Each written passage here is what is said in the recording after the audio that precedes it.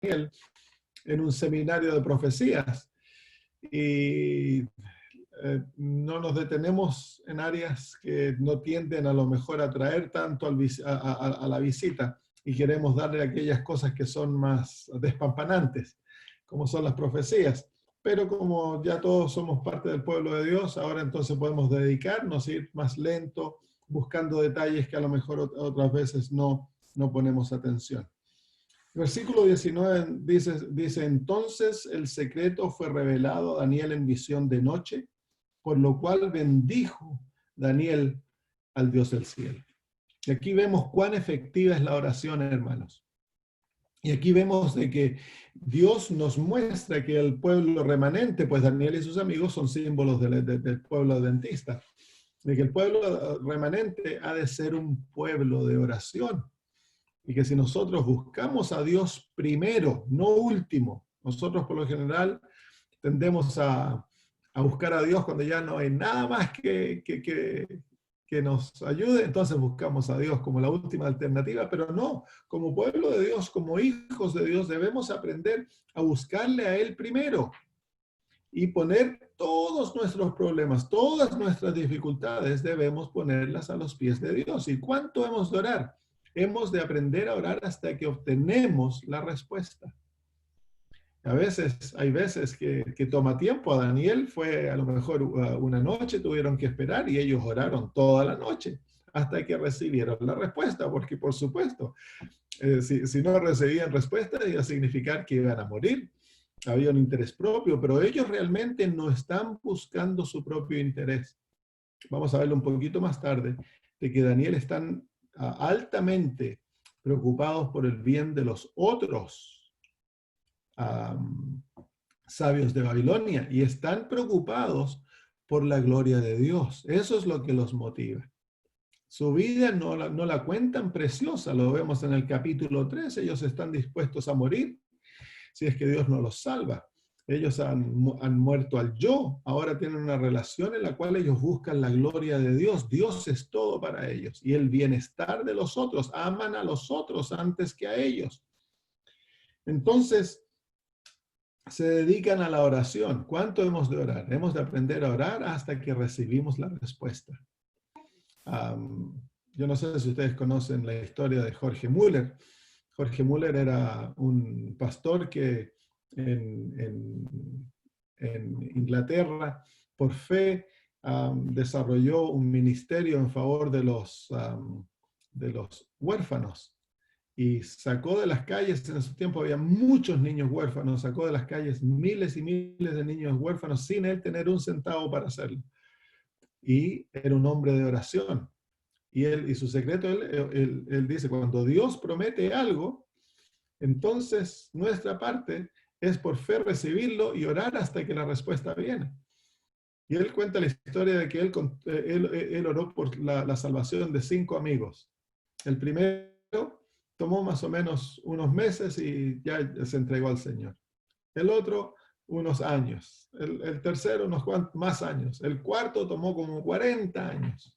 El quinto, 52 años hasta que él se entregó. ¿Seríamos nosotros capaces de seguir orando perseverantemente, creyendo que el Señor nos va a dar lo que Él ha prometido por 52 años? Entonces, el secreto de la oración es que uno de los secretos de la oración es que nosotros debemos perseverar en la oración, como aquella viuda que viene donde el juez injusto, ¿se acuerdan?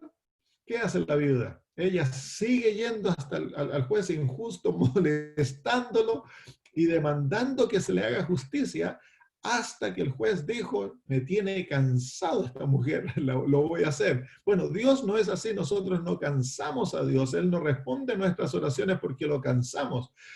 Pero ¿cómo se llama? El ejemplo de la viuda es lo que nosotros debemos de seguir, la perseverancia en la oración. No es porque Dios no desea responder nuestras oraciones, es porque nosotros no estamos listos para recibirlas, que de nosotros debemos perseverar. Entonces aquí tenemos el ejemplo de estos muchachos. Ellos oraron hasta que la respuesta vino. A pesar de que son muchachos, Daniel y sus 3 amigos tienen una experiencia muy madura con Cristo.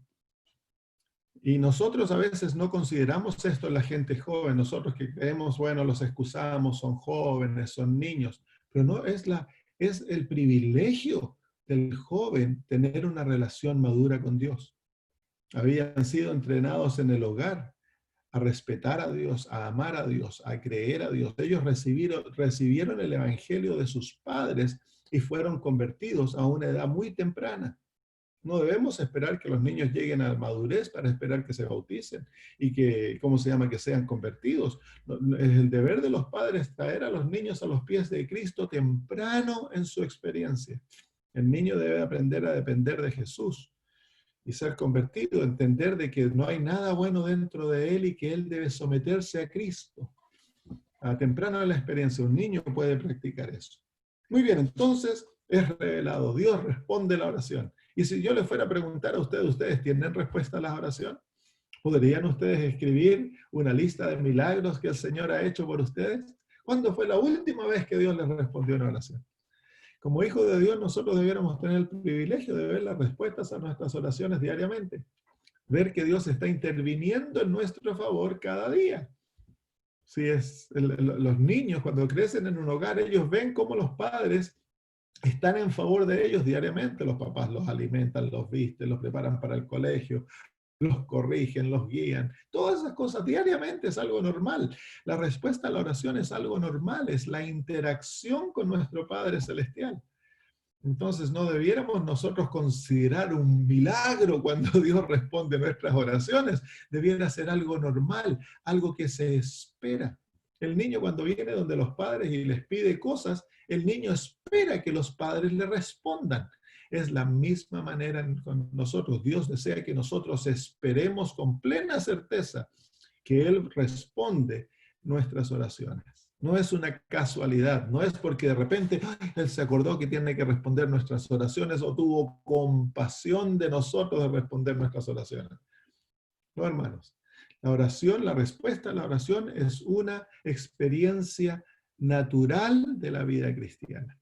Debiéramos nosotros tener muchas respuestas a las oraciones, muchos milagros.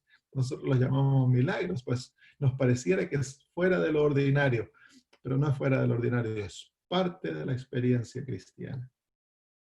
Entonces, Dios les revela lo imposible. Lo imposible. Dios le muestra a Daniel lo que el rey soñó, lo que el rey pensó dentro de su cabeza. Y miren ahora la respuesta de Daniel. Y Daniel habló y dijo, sea bendito el nombre de Dios de siglos en siglos, porque suyos son el poder y la sabiduría. Él muda los tiempos y las edades, quita reyes y pone reyes, da la sabiduría a los sabios y la ciencia a los entendidos. Él revela lo profundo y lo escondido, conoce lo que está en tinieblas y con él mora la luz.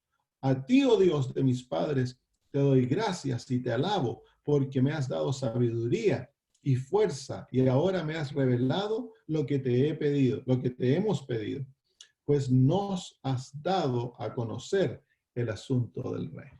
Aquí se encuentra el mensaje del primer ángel en Daniel, la aplicación del mensaje del primer ángel en el libro de Daniel. ¿Por qué? Vamos al libro de Apocalipsis. Quiero que vean cuál es la intención del mensaje del primer ángel. Apocalipsis capítulo 14, versículos 6 y 7. 14, 6 y 7 del libro de Apocalipsis. Dice así. Y vi volar por en medio del cielo a otro ángel que tenía el evangelio eterno para predicarlo a los moradores de la tierra, a toda nación, tribu, lengua y pueblo, diciendo a gran voz, temed a Dios y dadle gloria, porque la hora de su juicio ha llegado, y adorad a aquel que hizo el cielo, la tierra, el mar y las fuentes de las aguas. Entonces aquí tenemos que el principio del primer ángel es la humillación del ser humano y la exaltación de Dios. Eso es lo que el primer ángel nos enseña. Nos enseña que hemos de temer a Dios, debemos darle gloria a Dios y debemos adorar a Dios. ¿Por qué? Porque la hora de su juicio ha llegado. El libro de Daniel nos muestra el juicio. El nombre Daniel quiere decir Dios es mi juez. Entonces el tema principal del libro de Daniel es el juicio de Dios. Pero nos enseña, y aquí vemos en forma práctica, en la experiencia de Daniel y de sus amigos, que ellos viven para darle gloria a Dios. El yo ha sido sacado del trono de su corazón y ahora ellos le rinden honra y gloria a Dios en todo lo que hacen, y lo vemos en forma muy práctica en esas palabras de Daniel, donde Daniel exalta a Dios, le da la honra y la gloria por la recepción del sueño. Ese es el mensaje del primer ángel y es la primera lección que se debe aprender en la vida cristiana, que el yo debe ser sacado del trono del corazón y Cristo ha de tomar su lugar en nuestro trono y Él debe ser exaltado. Es el principio de la ley de Dios, que dice, amarás a tu Dios de todo tu corazón, de todas tus fuerzas, con toda tu alma. Ese es el principio de la ley de Dios, que los primeros 4 mandamientos, y el primer ángel nos enseña ello, que en este mundo, en contraste a eso, el capítulo 13 nos muestra el otro lado de la moneda, que cuando el yo está sentado en el corazón, a pesar que nos llamemos cristianos, porque la primera y la segunda bestia de capítulo 13 son bestias que se llaman cristianas. La primera es la católica y la segunda es la protestante. Pero ellos se exaltan ante Dios, cambian sus leyes e imponen en el mundo una ley falsa y un sistema de adoración falsa donde se adora al ser humano, no a Dios. Si el yo no ha sido sacado del trono del corazón y se le ha permitido a Dios tomar el lugar de exaltación en el alma, entonces nosotros vamos a buscar ser exaltados y tener el control de nuestras vidas y el control de la vida de otros. Entonces el principio del primer ángel se encuentra en esas palabras de Daniel. Encontramos los 3 ángeles manifestados en Daniel capítulo 2 y capítulo 3. Luego vamos a ver Daniel capítulo, el segundo ángel. Vamos de vuelta a Daniel capítulo 2 entonces. ¿Y qué conocimiento tiene Daniel? Este muchacho tiene 17 años más o menos, se calcula, en la experiencia de Daniel capítulo 2. Es un muchacho joven, pero ¿qué conocimiento profundo tiene del carácter de Dios? Saben que hoy en día yo pienso que algunos de nuestros jóvenes conocen más de las películas y de la música que de lo que ellos conocen de la Biblia. Y algunos de nuestros adultos dentro de la iglesia no tienen ni idea ni dónde los versículos de la Biblia, los capítulos de la Biblia se encuentran. Pero cuando se pregunta de algún actor de cine o de cantante de música o algún estrella de deportes, uy, se los conocen de memoria. Es triste, hermanos, porque Dios desea que nosotros seamos gigantes espirituales. Tenemos todos los privilegios para ser gigantes espirituales y poder demostrar un carácter ante el mundo que trae gloria a Dios. Y para ello hemos de conocer a Dios, debemos tener una relación personal con Dios. La relación de Daniel y sus amigos, el conocimiento que ellos tenían con Dios era un conocimiento personal. Lo conocían a Él en forma personal. Oh Dios de mis padres, le llaman. No es tan solo el Dios de los padres, sino que es también su Dios. Entonces, las características de Dios. Mira cómo se nos muestra Dios en estos versículos. El versículo 20 dice, sea bendito el nombre de Dios de siglos en siglos, porque suyos son el poder y la sabiduría. Suyos son el poder y la sabiduría. Versículo 21. Él muda los tiempos y las edades. Para Dios no hay nada imposible. Él puede cambiar todo lo que está ocurriendo. Él es el maestro de las circunstancias. Él puede alterar y transformar circunstancias en favor de sus hijos. Dice, quita reyes y pone reyes. Él está a cargo de la historia de este mundo, hermanos. Dice, y da la sabiduría a los sabios y la ciencia a los entendidos. Él revela lo profundo y lo escondido. Conoce lo que está en tinieblas y con él mora la luz. A ti, oh Dios de mis padres, te doy gracias y te alabo, porque me has dado sabiduría y fuerza, y ahora me has revelado lo que te hemos pedido.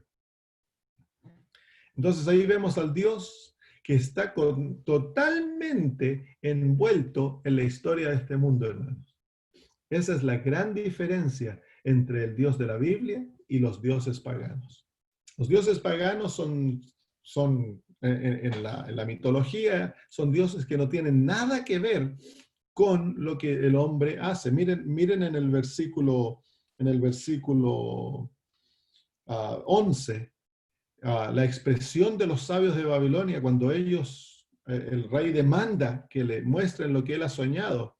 Ellos le dicen, porque el asunto que el rey demanda es difícil y no hay quien lo pueda declarar al rey, salvo los dioses cuya morada no es con la carne. El Dios de los paganos no mora con la carne, ellos no están interesados en los asuntos humanos, pero el Dios de Daniel, Sadrach, Mesach y Abednego, es el Dios que mora con la carne. Es el Dios que se hizo humano, que llegó a ser nuestro hermano mayor, llegó a ser nuestro hijo, llegó a venir a ser un ser humano. Ese es el Dios. Se interesa en detalle en nuestras vidas, hermanos. No hay nada que pase en tu vida de lo cual Dios no está interesado.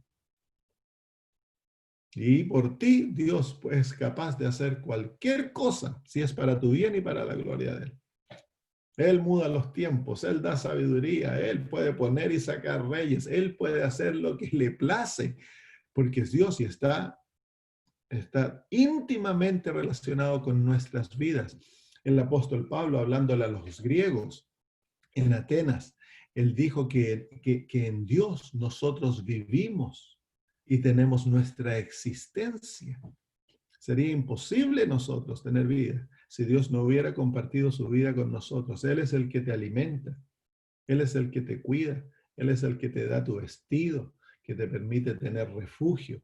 Dios está constantemente relacionado en nuestras vidas. Muy bien, sigamos entonces estudiando. Versículo 24. Ahora, en este versículo, en la próxima parte de la historia, vemos el carácter de Daniel brillando de una manera maravillosa. Dice, después de esto fue Daniel a Arioc, el cual el rey había puesto para matar a los sabios de Babilonia, y le dijo así, no mates a los sabios de Babilonia. Llévame a la presencia del rey y yo le mostraré la interpretación. ¿Se fijan cuál es la preocupación de Daniel? Su preocupación es por esos paganos. Esos paganos que ni se preocupan de Dios. Está la preocupación de Daniel. Pasaron una noche entera orando para salvar la vida de esos paganos seculares que comen chancho y que me estoy usando palabras adventistas, ¿no? Que esos católicos, esos que aquí, que allá. No, hermanos, ellos han aprendido a vivir no para sí. Amarás al Señor tu Dios de todo tu corazón, de toda tu mente, de todas tus fuerzas, y a tu prójimo como a ti mismo. ¿Quién es tu prójimo? ¿Se acuerdan la pregunta que Jesús le hizo a los fariseos? ¿Quién es nuestro prójimo? Y contó la historia del samaritano que encontró a uno herido en el camino. ¿Quién es nuestro prójimo? Es todo aquel a nuestro alrededor que tiene necesidad de Cristo, hermanos. No debemos nunca hacer acepción de personas. Nunca debemos juzgar a alguien por su estilo de vida. No importa cuán malos sean, no importa cuán caídos estén. Estos hombres más tarde van a tratar de matar a Daniel y sin embargo han sido salvados. Gracias a Daniel. Esto es lo que nos muestra que el pueblo de Dios es la sal de la tierra, hermanos. Es la luz del mundo. Todas las bendiciones que este mundo tiene vienen gracias al pueblo de Dios. Y es por eso que el apóstol dice que hemos de orar por todos los hombres. Debemos hacer intercesiones, peticiones y oraciones por todos los hombres y aún más por los reyes de la tierra, aquellos que tienen autoridad.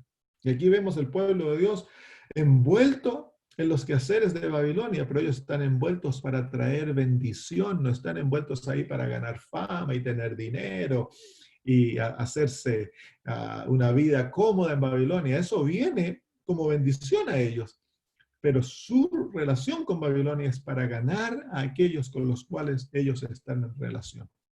Entonces dice, no mates a los sabios de Babilonia. Gracias a Daniel se salvan los sabios. Y los sabios a lo mejor nunca lo supieron.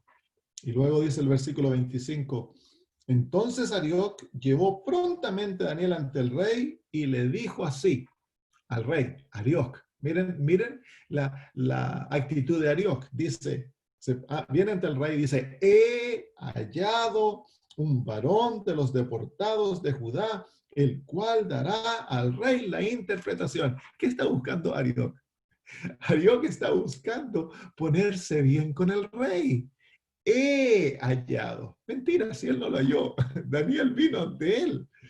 Y Daniel ya había estado hablando con el rey. Así que realmente Arioc, en su deseo de exaltarse a sí mismo, queda como payaso ante el rey. Porque dice, he hallado, como que él andaba buscando a alguien para ayudar al rey. Y esa es la tendencia natural del ser humano cuando se encuentra con alguien con poder, con alguien que le puede hacer favores. Y aquí este hombre va a ver al rey, que es el más poderoso del reino, y claro, naturalmente va a buscar tratar de congraciarse, porque en la mentalidad de las personas del Medio Oriente, así como la mentalidad muchas veces de los sudamericanos, si yo te hago un favor, tú me debes un favor a mí. Entonces, un favor lleva a otro favor. Y claro, entonces Arioc piensa, bueno, yo le estoy, si de alguna manera presento esto como un favor al rey, entonces me va a tener que hacer un favor a mí. Voy a estar en sus buenos libros. Pero miren ahora cómo Daniel. Vamos al versículo 25. Entonces Arioc, 26, respondió el rey y dijo a Daniel, el cual llamaba Beltasar, ¿podrás tú hacerme conocer el sueño que vi y su interpretación? La pregunta, hermanos, ¿podrás tú? Y aquí se ve el espíritu de Daniel. Porque Daniel, hermanos, es un muchacho, es un esclavo. Sí, es un sabio, pero no es nada más que un esclavo. Él ha sido traído como prisionero a Babilonia y está como estudiante. No tiene rango alguno en Babilonia. Y Daniel podría haber dicho, wow, aquí está mi oportunidad. Yo voy a hablarle al rey y yo tengo el secreto. Puedo llegar a ser el hombre más poderoso de Babilonia. Pero miren la respuesta de Daniel. Dice, Daniel respondió delante del rey diciendo, el misterio que el rey demanda, ni sabios, ni astrólogos, ni magos, ni adivinos lo pueden revelar al rey. Pero hay un Dios en los cielos, el cual revela los misterios, y él ha hecho saber al rey Nabucodonosor lo que ha de acontecer en los postreros días. He aquí tu sueño y las visiones que has tenido en tu cama. Pero dice, estando tú, oh rey, en tu cama, te vinieron pensamientos por saber lo que había de ser en lo porvenir. Y el que revela los misterios te mostró lo que ha de ser. Y a mí me ha sido revelado este misterio. Miren ahora. Y a mí me ha sido revelado este misterio, no porque hay en mí más sabiduría que en todos los vivientes, sino para que se dé a conocer al rey la interpretación y para que entiendas los pensamientos de tu corazón. Wow. Aquí vemos a Daniel poniéndose en una posición de absoluta humildad, hermanos. No está buscando, él no está buscando poder. Él está contento de estar donde Dios lo pone. ¿Por qué? Porque Daniel practica el principio del primer ángel, que es no vivir para nosotros, no vivir para nuestra exaltación, no, como dice el apóstol Pablo, no vivo yo, mas vive Cristo en mí, con Cristo he sido juntamente crucificado. no confía en sí mismo. Su confianza es Dios, su poder está en Dios y él vive para dar gloria a Dios. Y ante el hombre más poderoso del universo, en esos días de la tierra, en esos días, hermanos, Daniel viene y en vez de buscar su gloria, busca el bien de otros y busca la exaltación de Dios, no importándole las consecuencias para él. Entonces Daniel está practicando el segundo mensaje de Apocalipsis 14, que es: ha caído Babilonia. Hermanos míos, el principio de Babilonia es la exaltación del yo. Es poner al hombre en lugar de Dios y exaltar al hombre y no a Dios. Y todos nosotros estamos infectados con el mal de Babilonia. Babilonia se encuentra en todos nosotros y el principio del papado es una maduración de este principio en el que el yo se exalta sobre Dios, donde un ser humano se siente capaz de cambiar las leyes de Dios y demanda la adoración de otros seres humanos, de otros seres humanos. Ese principio es practicado por nosotros todos los días, ¿sabes? Cuando el esposo le dice a la esposa: tú me tienes que obedecer porque yo soy la cabeza del hogar. Ahí se encuentra el papado. Cuando buscamos, nos enojamos porque no se nos obedece, nos enojamos porque no se hace nuestra voluntad, ahí se encuentra el papado. Otro principio del papado: nosotros cambiamos la ley de Dios. El Señor dice: no hemos de tomar café, decimos, bueno, un poquitito, no importa. Ahí está, ahí se encuentra el principio del papado, el ponerme yo sobre las leyes de Dios. No importa el sábado, bueno, no importa el sábado, no importa que lo terminemos hoy día un poquito más temprano para ver un partido de fútbol. Si aquí en Suecia se pone tan tarde el sol, mira, en otros países se pone más temprano el sol. Entonces nosotros acomodamos la ley de Dios de acuerdo a nuestras necesidades, no pagamos el diezmo y todas esas cosas. Entonces el yo se sobrepone a Dios. Ese es el principio de Babilonia.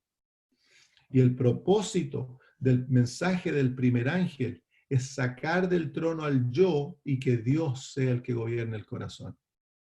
El corazón, del trono al corazón. Y el segundo ángel es una manifestación de eso, es un canto de victoria. Ha caído Babilonia, el yo ha sido destronado de mi corazón y ahora el que gobierna es Cristo Jesús. ¿Se acuerdan ustedes lo que el Señor Jesús dice? Tomad mi yugo sobre vosotros y aprended de mí, que soy manso y humilde de corazón. Una de las primeras características que se manifiesta en el carácter cuando una persona está caminando con Cristo es la humildad y no buscar lo suyo, porque está gobernado por el principio del amor. Y aquí vemos claramente, Daniel no está interesado en lo suyo. Él está interesado en el rey, que sepa lo que soñó. Está interesado en los otros sabios, que le salven el pellejo, que no los maten. Y está interesado en la gloria de Dios. Entonces nos damos cuenta de que el principio de Babilonia ha caído en la vida de Daniel. Ya no es gobernado por el yo a una temprana edad, 17 años. Entonces este principio se debe aprender, hermanos, y debemos practicarlo, no vivir para nosotros mismos. Vivir para darle gloria a Dios y de acuerdo a su voluntad donde Él los ponga. Dios sacó a estos muchachos, los desarraigó de Jerusalén, los apartó de su familia y los trajo jovencitos y los puso en Babilonia. Ellos podrían haberse rebelado, enojado, podrían haberse dado permiso para pecar y hacer lo malo. Pues miren las circunstancias y haber culpado a Dios y enojadose con Dios. Pero ellos no hicieron, ellos se sometieron a la disciplina divina. ¿Por qué? Porque el yo no vivía en ellos, pues hermanos, era Cristo el que gobernaba el corazón. ¿Por qué es que nosotros tenemos tantos problemas con el pecado y nos rebelamos tan prontamente a la voluntad divina? Es porque el yo gobierna, hermanos. Es porque el yo no ha sido crucificado con Cristo. Así que aquí se encuentra el principio del segundo ángel, que es: Babilonia ha caído la gran ramera. Muy bien. Entonces, al versículo 27 nuevamente, ¿saben? Una de las cosas que me llama la atención aquí es que Dios está buscando el deseo, está buscando ganarle el corazón a Nabucodonosor. Y para ganar el corazón de Nabucodonosor, Dios ha traído a Daniel y a sus hijos a Babilonia, es decir, a sus amigos a Babilonia. Una experiencia dolorosa para estos muchachos. Sin embargo, Dios lo ha hecho para poder ganar una nación para él.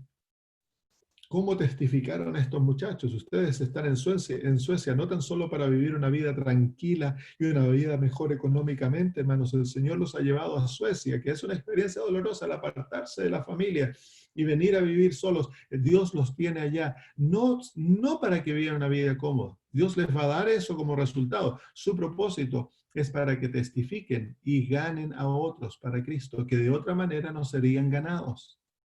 Si Daniel y sus amigos no hubieran sido llevados a Babilonia, Nabucodonosor nunca habría conocido a Cristo. Y sin embargo, Nabucodonosor es convertido gracias a la influencia de estos muchachos y de la experiencia dolorosa que pasaron.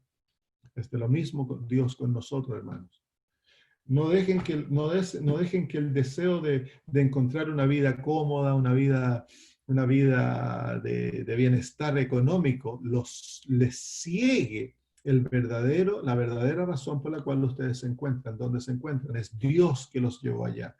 Propósito, primero, a lo mejor ustedes no conocían la verdad, ahora la conocen. Y ahora es para que sean testigos. Para que sean testigos. Muy bien. Entonces,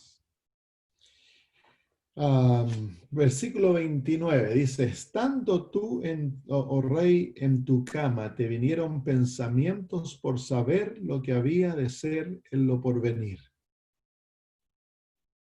Y el que revela los misterios te mostró lo que ha de ser. Aquí se encuentra Dios conociendo los pensamientos del ser humano. Y conoce el anhelo. Antes de dormirse esa noche, Nabucodonosor se puso a pensar, ¿qué irá a pasar con mi reino? ¿Qué irá a pasar con Babilonia? Se puso a pensar profundamente. Y un deseo lo tomó de saber qué era lo que iba a ocurrir, y Dios le cumplió su deseo. Entonces, luego dice, ya leímos el versículo 30, a mí no me ha sido revelado este misterio, no porque en mí haya más sabiduría que en todos los vivientes, sino para que se dé a conocer al rey la interpretación y para que entiendas los pensamientos de tu corazón. Entonces aquí viene el sueño que el rey tuvo. Tú, oh rey, veías y aquí una gran imagen, esta imagen que era muy grande y cuya gloria era muy sublime, estaba en pie delante de ti y su aspecto era terrible. La cabeza de esta imagen era de oro fino, su pecho y sus brazos de plata, su vientre y sus muslos de bronce, sus piernas de hierro, sus pies en parte de hierro y en parte de barro cocida.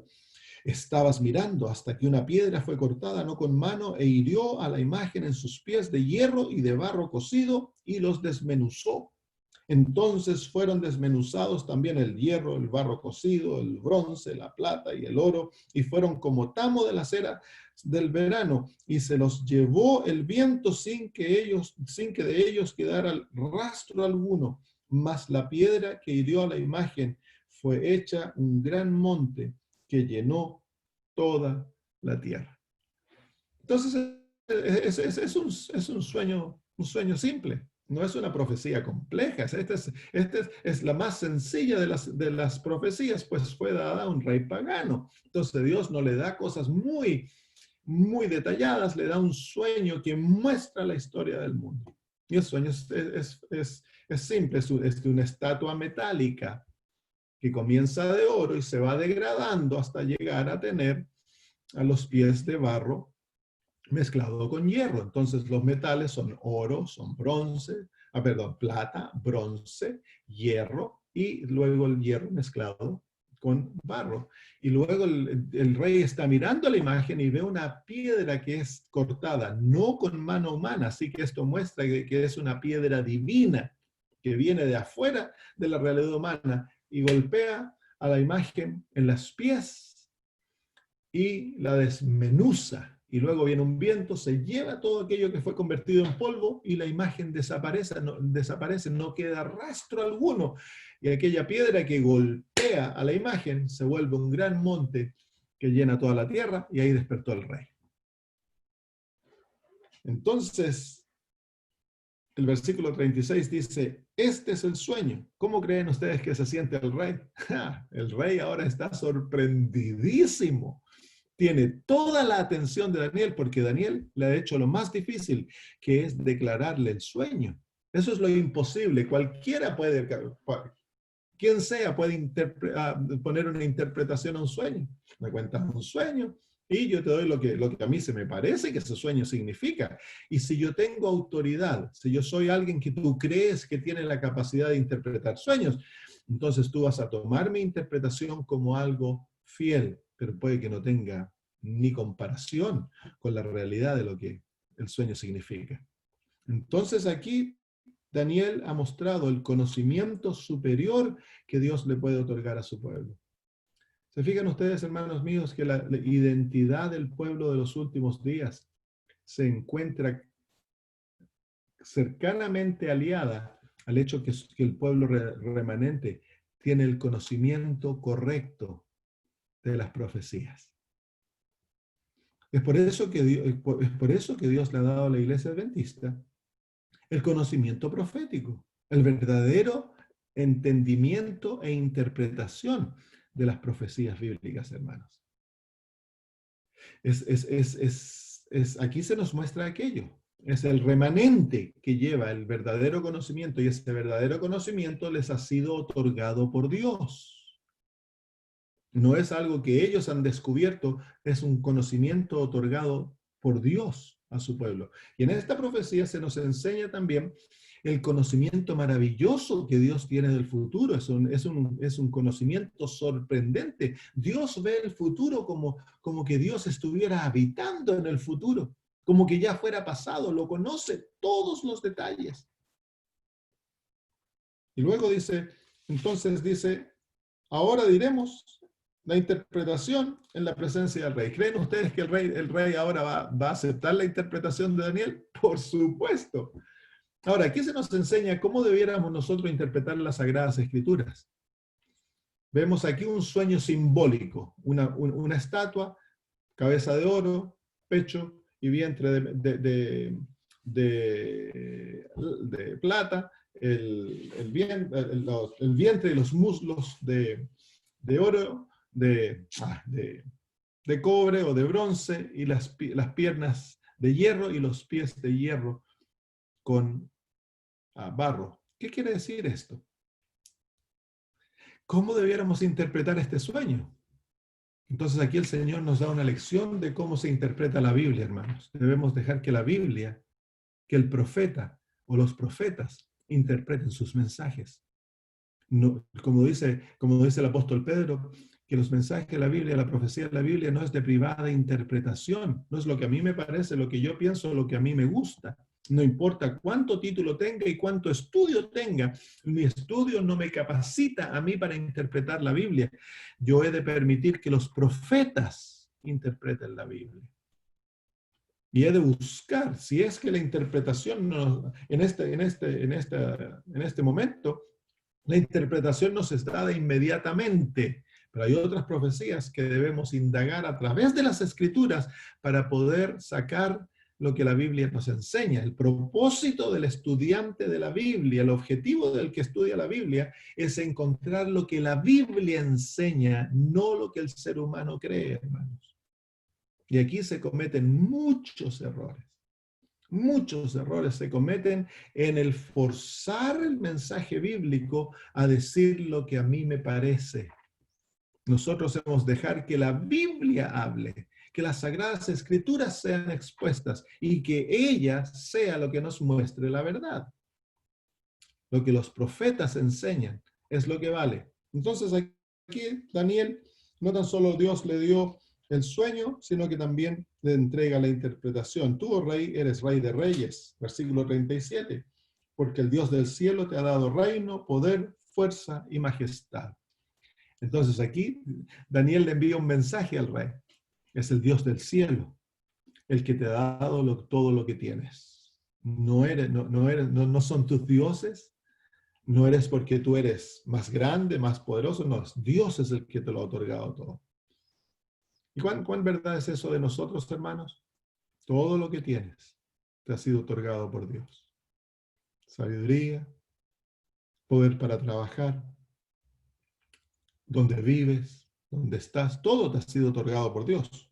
Dice, y donde quiera que habitan los hijos de los hombres, bestias del campo y aves del cielo, Él los ha entregado en tu mano y te ha dado el dominio sobre todo, sobre todo, tú eres aquella cabeza de oro. Así que aquí Daniel nos entrega el comienzo de la profecía. La cabeza de oro representa a Babilonia y a su primer rey, a Nabucodonosor. El comienzo del imperio de Babilonia, que duró por 70 años. Duró muy poco, por eso es tan solo un periodo corto, la cabeza.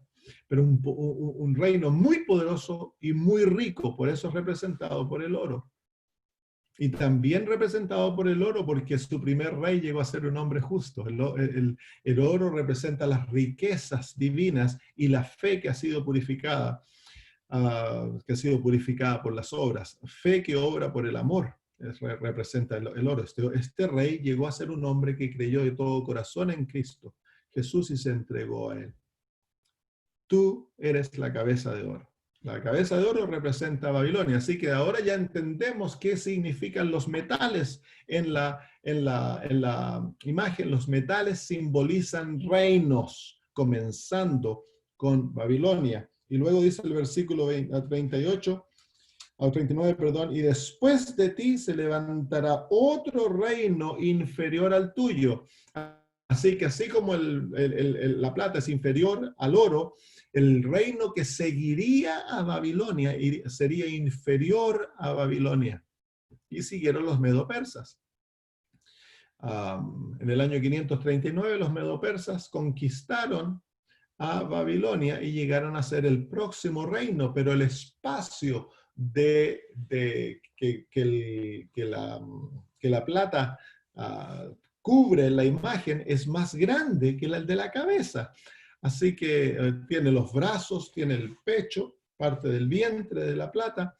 Así que, y el reino de Medo-Persia abarcó mucho más terreno, pero en cuanto a riquezas, fue ¿cómo se llama?, más inferior que a Babilonia. En cuanto a poder, también fue más inferior. Babilonia fue un reino muy maravilloso. No tan solo tuvo muchas riquezas, sino que mucho del conocimiento científico que nosotros incluso hoy poseemos vino para nosotros de Babilonia. Luego dice, y luego un tercer reino de bronce, el cual dominará toda la tierra.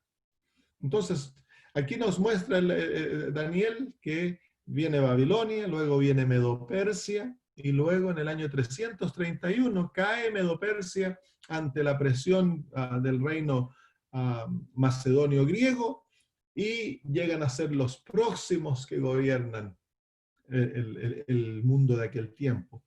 Cubrieron un terreno más grande, pero eran un reino de bronce. Incluso dicen los historiadores que el metal favorito de los griegos era el bronce. Interesante, ¿no?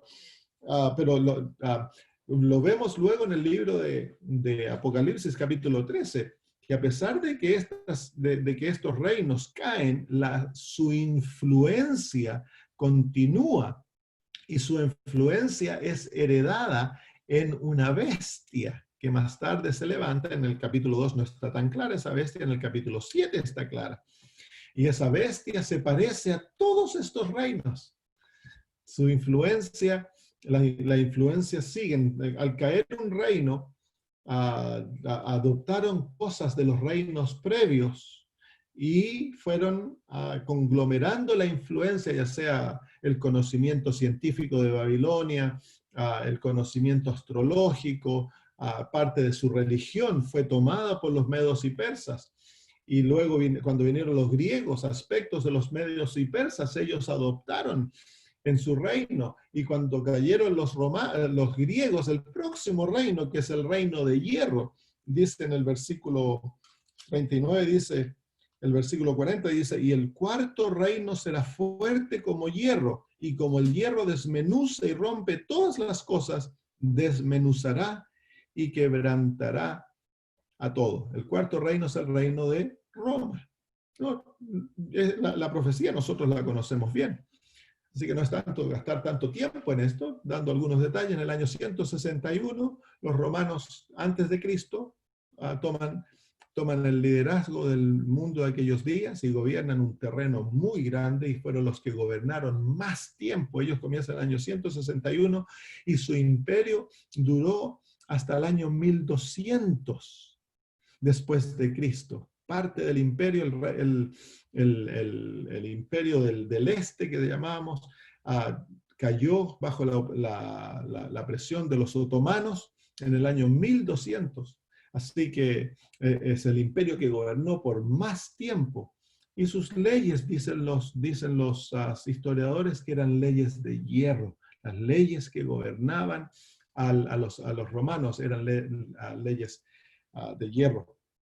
Dice que desmenuzó y quebrantó todo. Y los romanos especialmente adoptaron mucho de la cultura griega. Mucho, adoptaron muchísimo de la cultura griega. Su arquitectura, la arquitectura romana era una arquitectura que se había adoptado de los griegos, el sistema de gobierno. Muchas cosas fueron adoptadas por los romanos de los griegos. Versículo 41.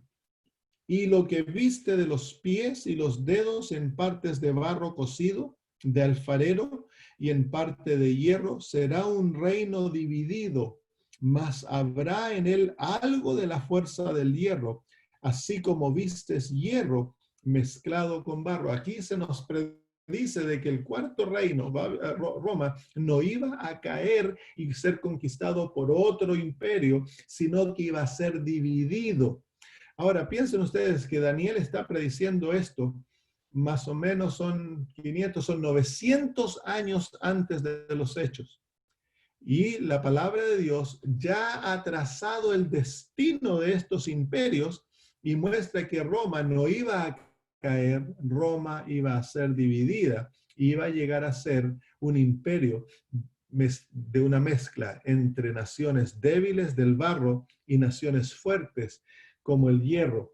Iba a haber una mezcla, y en esta mezcla hay otro simbolismo que es muy importante, que a lo mejor no se expande en Daniel capítulo 2, porque el hierro representa, en profecía, representa a naciones políticas. El barro representa al ser humano, representa a la religión. Así que aquí vemos que cuando cae Roma se iba a levantar un sistema en el cual la religión y el Estado iban a ser unidos. Esa es la base del papado, pero no se lo identifica en forma definida como se hace en Daniel capítulo 7. Y dice en el versículo 42, dice que de aquellos reinos iba a ser parte fuerte y parte frágil. Y cuando nosotros miramos a Europa, que es el resultado de la división del reino romano, del imperio romano en esa área del mundo, encontramos que nace Europa. Y Europa es el resultado de la invasión de 10 tribus barbáricas que venían del norte, escapando de los fríos del norte. Durante esa época se cree que hubo como una glaciación y había tanto frío que ellos escaparon de los fríos y entraron a través de los bordes de Roma, que había perdido el control de sus fronteras producto del hecho de que había demasiada demoralización en el imperio y no había control político. Entonces estas tribus aprovecharon eso, entraron dentro del imperio y cada una de estas tribus se tomó áreas del imperio. Desde luego hubieron peleas entre ellos y a medida que pasaron los años se formó lo que hoy nosotros conocemos como Europa. Y Europa hasta hoy tiene naciones fuertes como Alemania, Francia, Inglaterra, naciones muy fuertes. Y luego hay naciones débiles, que no tienen el mismo poder, que son naciones más pobres, el barro con el hierro, esta unión que realmente no es unión, porque tú no puedes mezclar el barro con el hierro, no se mezclan, no hay manera de mezclarlo.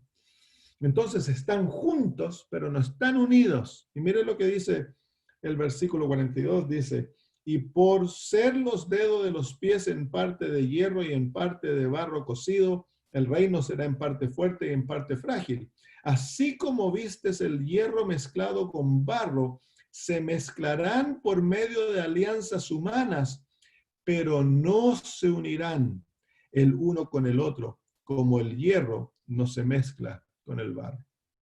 Entonces nos muestra que esto que parece una unión, no es unión, es simplemente alianzas humanas que mantienen una cascarazón de unión, pero han mostrado a través de los siglos, ha mostrado que Europa nunca ha estado unida, nunca ha estado unida.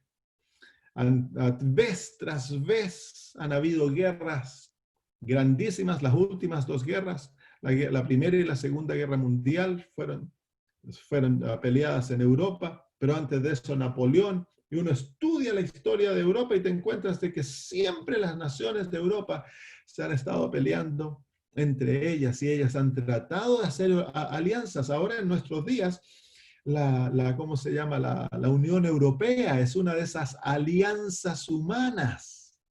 Pero vemos que no, ya Inglaterra se salió y hay otras naciones pensando en salirse. Porque ¿qué es lo que dice? El versículo 43 dice, pero no se unirán el uno con el otro. ¿Cuán increíble han sido estas palabras de Daniel? Fueron las palabras que llevaron a los adventistas del séptimo día, que vivían en Alemania, a predicar que Hitler no iba a dominar Europa. Y por unos años pareció que Hitler iba a tomar Europa, conquistó a Francia, a Bélgica, a Holanda, con una rapidez increíble, a Polonia, se apoderó, creció rapidísimo. Pero hasta ahí nomás llegó, pues cuando trató de conquistar a Rusia, se le fueron los planes a la chuña y después llegaron los aliados y le quitaron el poder y lo que parecía que se iba a ir en contra de la profecía, no se cumplió. Más de 1000 y tantos años, hace 2000 años antes, o 2500 años antes, un profeta allá en Babilonia había dicho que no se unirán. No iban a llegar nuevamente a ser un imperio como Roma. Nunca más Europa sería un imperio unido. Seguirían fragmentados hasta el día en que caiga la piedra, porque los dedos de la imagen también son de hierro y barro. Y hoy día lo estamos viendo, eso es el cumplimiento de esto se ve en el hecho que Inglaterra ya se retiró de la Unión Europea y se ve de que no están realmente unidos, hay descontentos muy profundos en la Unión Europea y eso nos lleva a no trabajar unidos. Hay una cara de unión, pero no es una unión, es como el hierro y el barro, solamente alianzas humanas les permite a ellos trabajar juntos. No hay una verdadera unión, no son un imperio. Entonces ya hemos cubierto la imagen. Desde el oro hasta el barro cocido con el ¿cómo se llama? Con el hierro. Ya cumplimos la imagen. Dice, versículo 44, ahora se nos muestra la próxima parte. Dice, y en los días de estos reyes. ¿Qué significa esto de los días de estos reyes? ¿Cuáles son los reyes? Los reyes de Europa. En los días de las naciones europeas, cuando ellos estén tratando nuevamente de unirse, ¿qué ocurre? El Dios del cielo levantará un reino que no será jamás destruido, ni será el reino dejado a otro pueblo. Desmenuzará y consumirá a todos estos reinos, pero él permanecerá para siempre. Esa es la piedra. ¿Se acuerdan? La piedra viene, destruye, choca en los pies de la imagen y la pulveriza. Y luego dice, de la manera que viste del monte fue cortada una piedra, no con mano, la cual desmenuzó el hierro, el bronce, el barro, la plata y el oro. ¿Qué significa de que no es con mano? Es intervención divina. La piedra es intervención divina para traer la historia de nuestro mundo, que es la imagen. La imagen es la historia del mundo desde los días de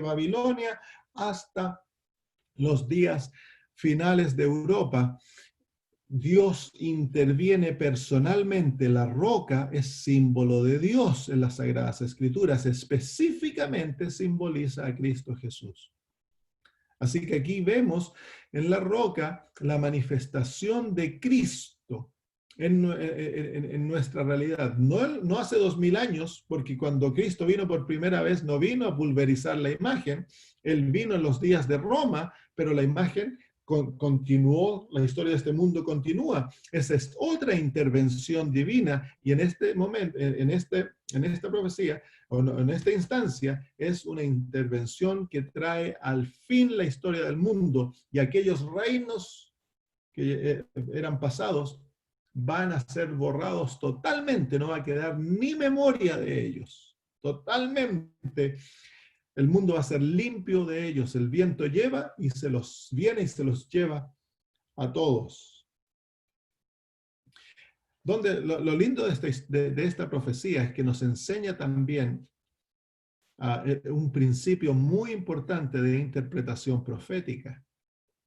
Que la profecía en la Biblia, la profecía profética, o profecía profética, es el desarrollo de historia.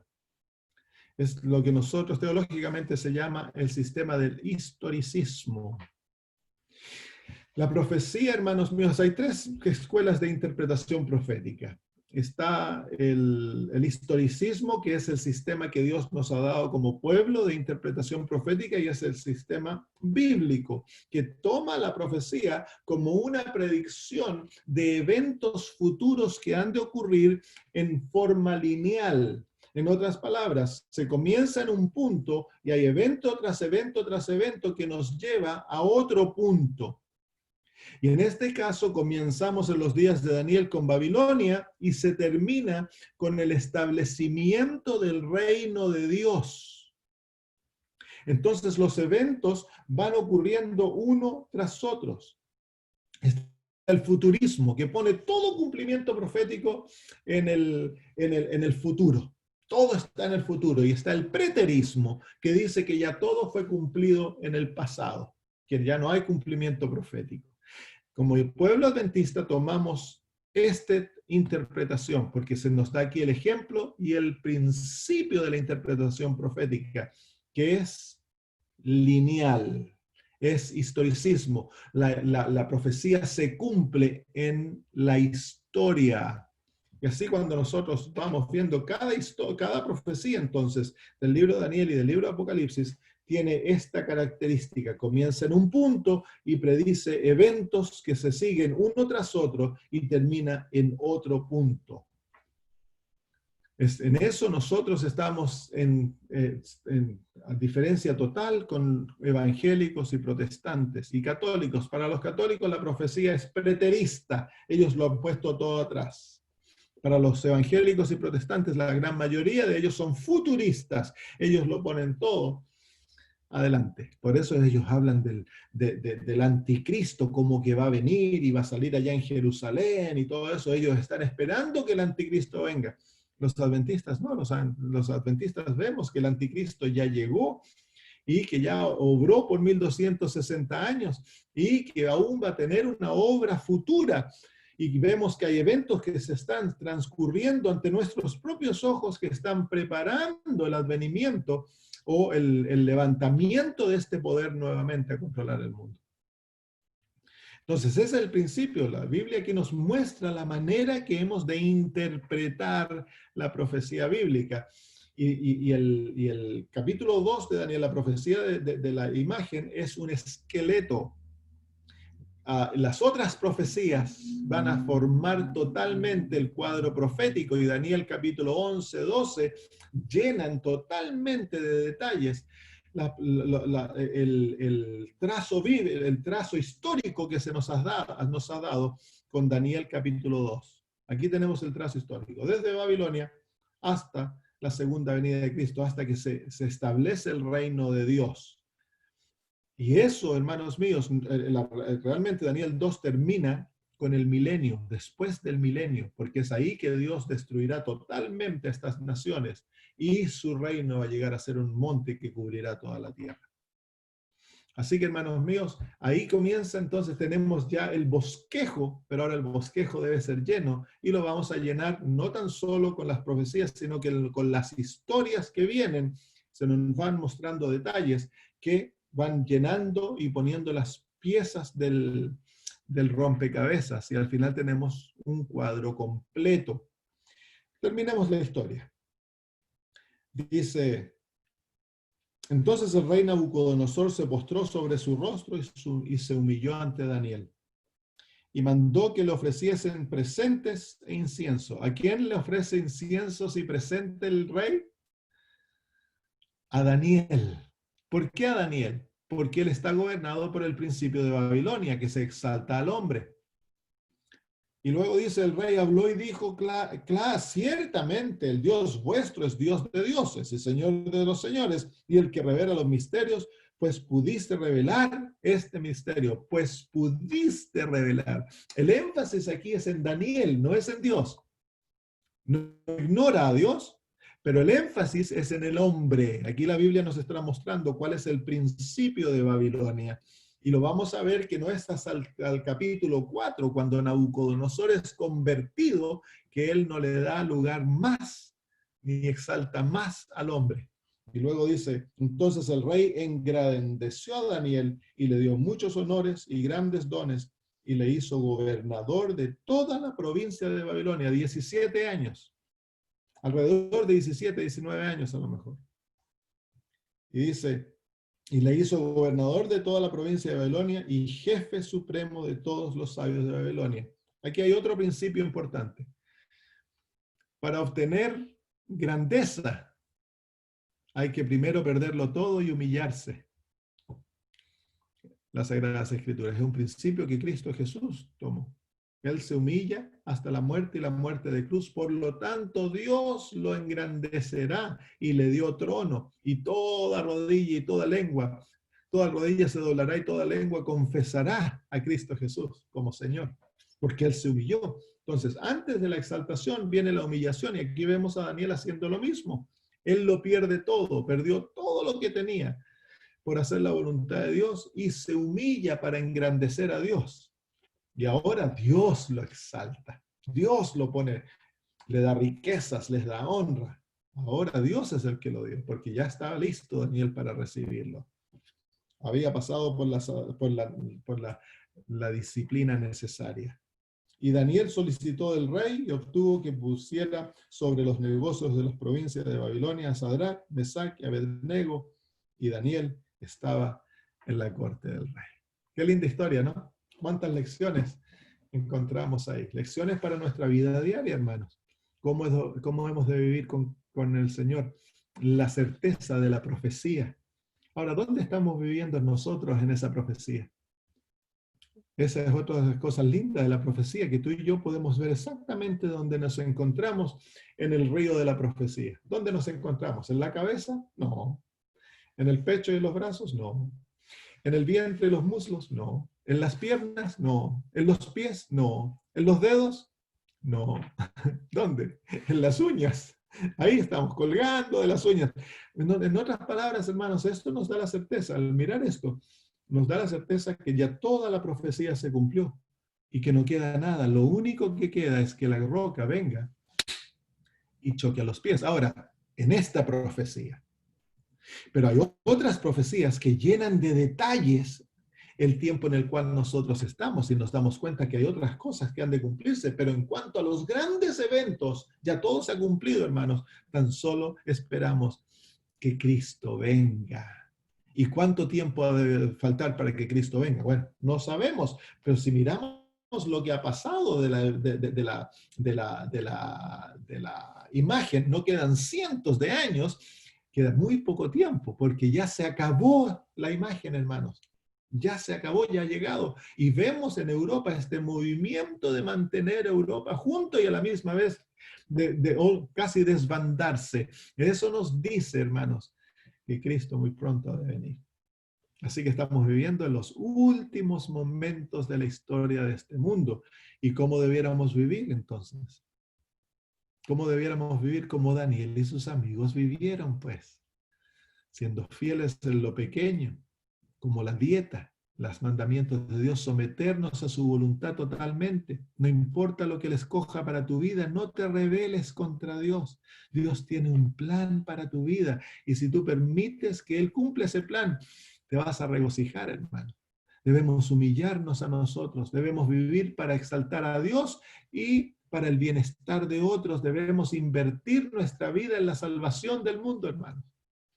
Y debemos tener una relación muy cerca con Cristo. Si tú vives de esa manera, cuando Cristo venga vas a encontrar las puertas abiertas para entrar en el reino de Él. ¿Hay alguna pregunta?